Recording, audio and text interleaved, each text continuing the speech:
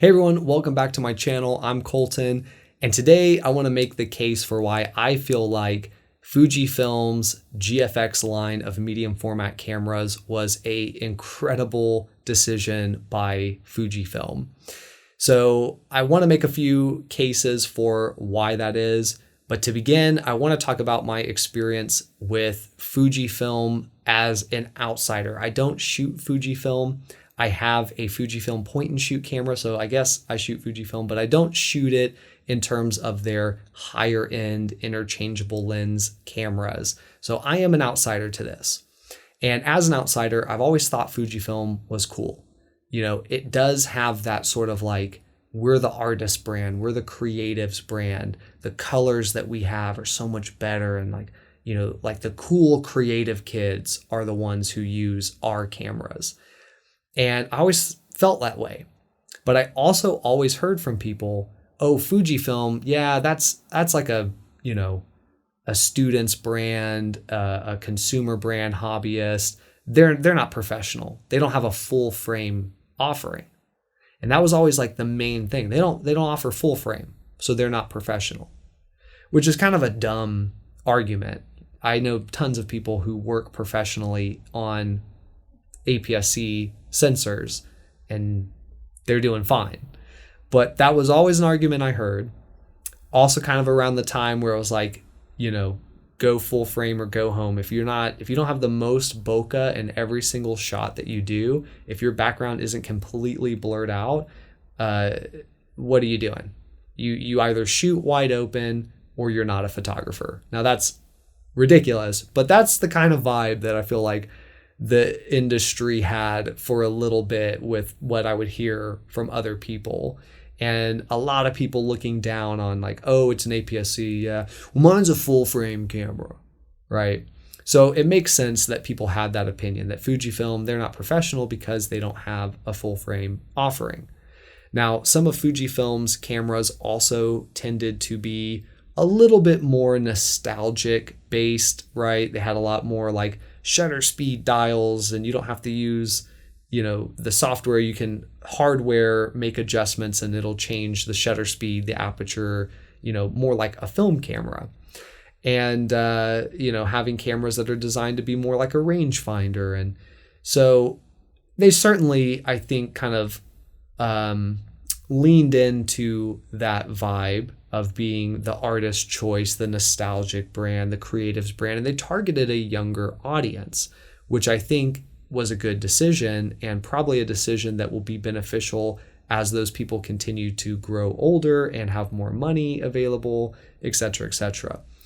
But there's still at the time that nagging thing of we're not the professional brand. We don't have a full frame offering. And I think if Fujifilm were to enter the full frame market, it would be extremely challenging because anytime you enter a market, you kind of have to make the case for what need you're fulfilling, what need is not currently being met, and only you can fulfill it. And that's why you're entering the market with this new product.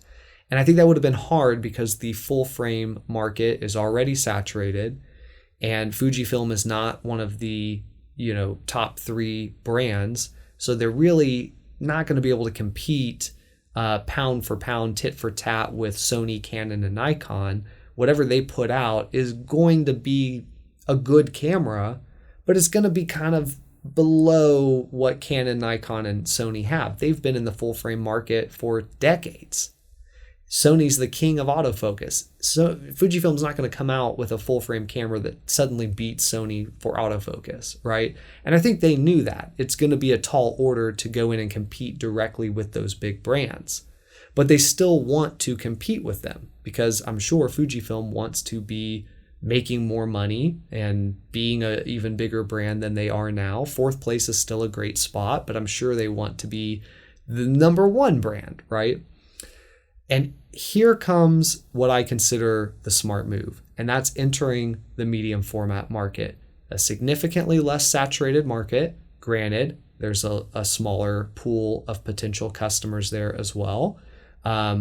But there's room for Fujifilm to enter and much more easily make the case as to why they're entering that market. And Fujifilm did this in a very smart way. Most medium format cameras, you're talking $20,000, $30,000 or more just to buy the camera body. That's not even the lens and all the other stuff that you need. It's an expensive market to enter for a brand new camera. Even used digital medium format cameras can run you $2,000, $3,000, $5,000 for a camera that's like 10 years old. It's an expensive industry. It's always been an expensive market. And Fujifilm decides, hey, we're going to enter this market, but we're going to enter it sub $10,000. We're going to be the cheap option, not cheap in quality, but cheap in price.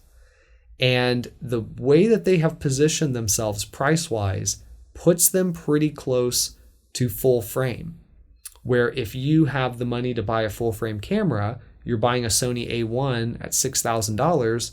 Well, shoot, maybe I could buy a Sony, GFX camera. I could spend less on a GFX 50S2, or I could spend a little more and get the GFX 100-2, which isn't even that much more. So now they have the ability to compete with people who might be willing to buy a full frame. Maybe they'll buy a GFX instead, but they still don't have to compete with direct comparisons, because there is a lot more leeway and forgiveness given to medium format cameras in the areas of autofocus speed, sensor readout speed, video performance, number of photos you can take per second, right? Like, medium format cameras are not known for their speed. They're known for their quality of image and their resolution and everything like that. So Fujifilm can put out a camera and not have to compete in autofocus performance and not have to compete in a lot of these other areas that they would have been directly compared to. And so I think that was so smart to enter that medium format market, but essentially kind of be Fujifilm's version of a full frame camera. And with these more recent releases, the GFX 100-2 as an example, they made major improvements. This is only the second iteration of this camera line, right? So as they produce more iterations, the quality is going to get even better with each one. Now we have pretty decent video functions for a medium format camera. Some of those cameras, they're doing 1080p or they're not doing video at all. So the fact that we could actually potentially do 8K video, that's impressive. The autofocus speed is faster. The sensor readout speed is faster than previous models, of course.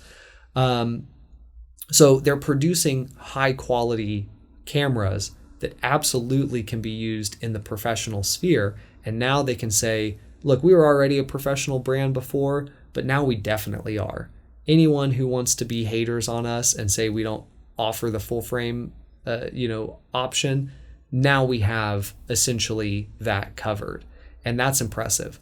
The way that they did it also stayed true to their existing brand ethos and aura, right? They're still the creative's choice. They're still the artistic brand.